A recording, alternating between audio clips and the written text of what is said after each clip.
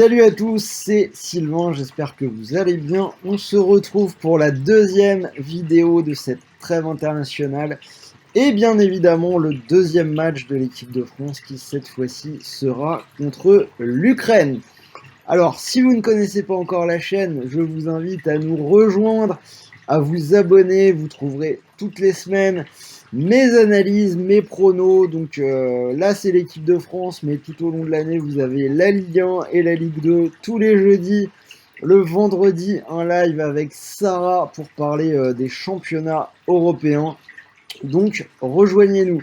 Depuis cette année, on est également partenaire de la SoFoot League, donc le jeu vient de se lancer, c'est très sympa. On a fait une équipe rue des joueurs, on parlera du jeu dans une émission tous les lundis. Donc si vous ne connaissez pas et que vous aimez le foot, vous pouvez aller vous inscrire et en discuter avec nous, on devrait passer de bons moments. Avant de commencer, je vous propose de parier avec Winamax cette semaine. Donc le gros bonus de l'été, toujours en ligne, 100 € déposés, 300 € pour jouer. Donc vous posez 100, on vous offre tout de suite 200 de free bet, donc c'est plutôt sympa et ça va pas durer longtemps, c'est seulement pour les grandes compétitions. La prochaine fois, c'est le Qatar. Rentrons maintenant dans l'analyse du match. Alors, la première chose, bien évidemment, c'est que pour commencer, on va pas se voiler la face sur ce début de rassemblement. La France a fait un mauvais résultat avec ce match nul à domicile contre la Bosnie, un partout.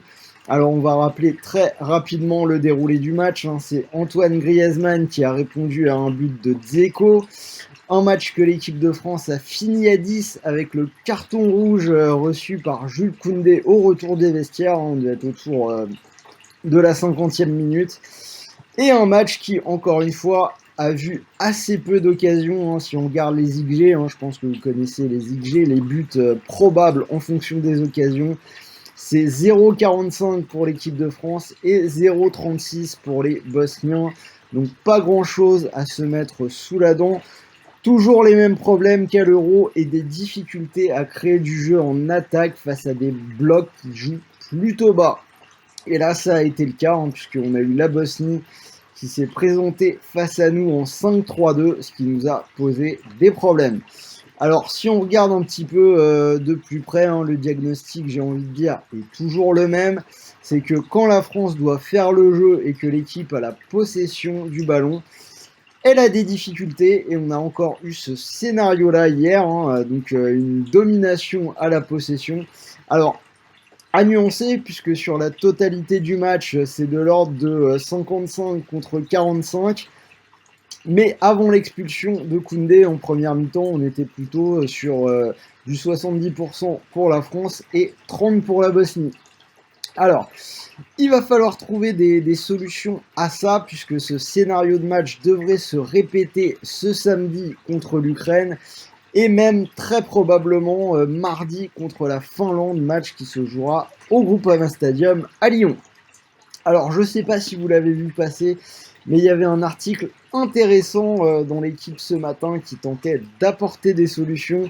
Alors, la première chose qu'il notait, c'était une très faible participation de la première ligne aux attaques des Bleus, c'est-à-dire Kipembe, Varane et même Jordan Verretou qui contre la Bosnie jouait devant eux. C'est des joueurs qui participent vraiment trop peu à casser des lignes, alors que on a déjà vu du côté du PSG que Kipembe sait globalement le faire. Et si on regarde d'autres équipes, la ligne de derrière fait ça très bien. Donc on peut penser aux Italiens avec les montées en dribble de Chiellini et Bonucci qui arrivent à casser des lignes par la passe. En Angleterre, on a Maguire qui est également capable de monter avec le ballon. Et on va même pas parler des solutions apportées de derrière par le Danemark. Donc là, on est carrément sur une autre catégorie. Donc au final, la seule solution qu'on a, c'est des défenseurs qui passent le ballon à Pogba qui est obligé de redescendre très bas et on compte sur son jeu de passe longue en espérant qu'il y ait des fulgurances. Deuxième chose qui a été notée, c'est que le jeu d'attaque de l'équipe de France porte vraiment du côté gauche ce qui est plutôt logique parce qu'on va répéter encore une fois, au cas où Deschamps l'a oublié, mais c'était beaucoup de gens l'ont dit hier soir, que Koundé n'est pas un latéral droit et qu'au final, il n'y avait personne pour occuper ce couloir droit quand on sait que la plupart des attaquants de l'équipe de France ont une tendance naturelle à partir vers la gauche, que ce soit Mbappé, Griezmann ou Benzema, les trois ont tendance à se diriger vers la gauche. Alors, pour le coup, je pense que Deschamps a noté ça, et c'est pour ça qu'il a appelé Mukiele à la place de Koundé qui est suspendu. Ça pourra peut-être éventuellement, si on lui donne du temps de jeu, de régler ce problème. Peut-être que Jonathan Klaus de Lens aurait pu aussi être une bonne idée dans cette configuration-là.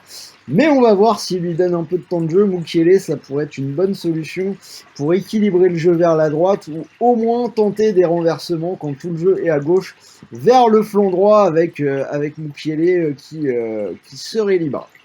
Alors, une autre bonne idée dont il parlait et que je vais un peu compléter avec ce que je pense moi, ce serait par exemple de laisser Mbappé en pointe et de faire dézonner Benzema et Griezmann, un peu comme des numéros 10 excentrés, comme peuvent le faire Sofiane Diop et Voland avec Monaco par exemple, avec Ben Yedder en pointe. Ça marche très bien, alors que là on a les trois attaquants qui jouent tous plus ou moins sur la même ligne, à la même hauteur, et ça pose problème. Alors voilà un petit peu pour l'analyse de l'équipe de France. Si on regarde les résultats, si on remonte à l'Euro, une équipe de France qui reste sur 4 matchs nuls consécutifs, donc contre la Hongrie, le Portugal, la Suisse dans le temps réglementaire, et ce match nul contre la Bosnie.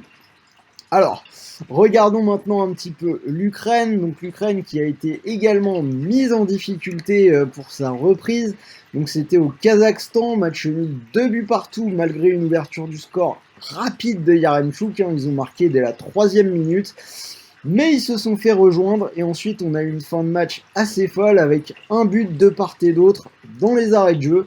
Donc voilà, l'Ukraine qui a également fait match nul contre une équipe censée être plus faible. Alors, niveau prono, qu'est-ce que ça nous donne tout ça? Donc si on regarde la situation du groupe, on a l'équipe de France qui est en tête avec 8 points, l'Ukraine qui a fait que des nuls dans ses éliminatoires, qui est deuxième avec 4 points, donc l'équipe de France est quand même dans une situation plutôt confortable. On rappelle que les deux équipes ont fait match nul un partout à l'aller. Et là aussi, donc on est dans le scénario que je décrivais en début de vidéo. La possession était de 63 contre 37 en faveur de l'équipe de France. Donc je pense que sur ce match en Ukraine, le même scénario pourrait se répéter. Alors, je trouve que les Bleus sont particulièrement laborieux, que quand on regarde le classement et notre jeu, le match nul ne serait au final pas un si mauvais résultat. Et j'ajoute une nouvelle qui vient de tomber à l'heure où je parle, donc je tourne, nous sommes jeudi soir, il est 18h40, je viens de recevoir le notif, Mbappé blessé, devait passer des tests, et là je viens d'apprendre qu'il avait quitté le rassemblement. Donc si on met tout ça bout à bout, je pense qu'avec un bonus, le match nul coté à 4 entre les deux équipes devient largement tentant. Alors, si vous voulez tenter quelque chose d'un peu moins risqué, le pari, les deux équipes qui marquent, est passé dans tous les matchs des Bleus depuis le France-Allemagne de l'Euro. La défense n'est pas impériale. On a vu à l'Euro que l'Ukraine pouvait avoir des fulgurances avec des joueurs de talent. Donc très honnêtement, je les vois bien nous en coller un. L'Ukraine, ils en prennent aussi pas mal. Donc on devrait quand même marquer. Le pari des deux équipes qui marquent, c'est 1,90. Et pour ceux qui sont un peu plus foufous, je vais vous proposer un score exact. Donc moi, je vais partir sur ce match nul avec les deux équipes qui marquent. Logiquement, ça nous mènerait vers un score de 1 partout. La cote est de 6,50. Donc voilà pour mon analyse. Comme je vous l'ai dit, vous pouvez profiter du bonus d'inscription sur Wina. 100 € déposés, 300 € pour jouer. Donc déjà, ne serait-ce que si le match nul vous intéresse et si vous pensez que c'est possible, si vous posez les 100 € sur le match nul à 4, ça pourrait vous rapporter, si ça passe, 400 €. Et malheureusement, si ça ne passe pas, ou plutôt heureusement, si l'équipe de France venait à se réveiller et à l'emporter, vous récupéreriez malgré tout les 200 € de freebet pour continuer de jouer, donc ça reste intéressant.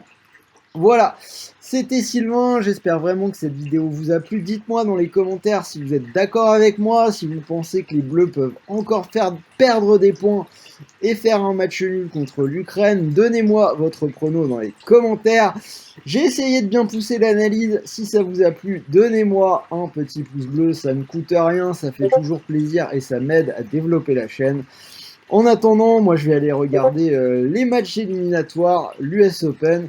Je vous souhaite de bons matchs, de bons paris et bons gains. Et je vous dis à très vite pour une nouvelle vidéo. Salut à tous!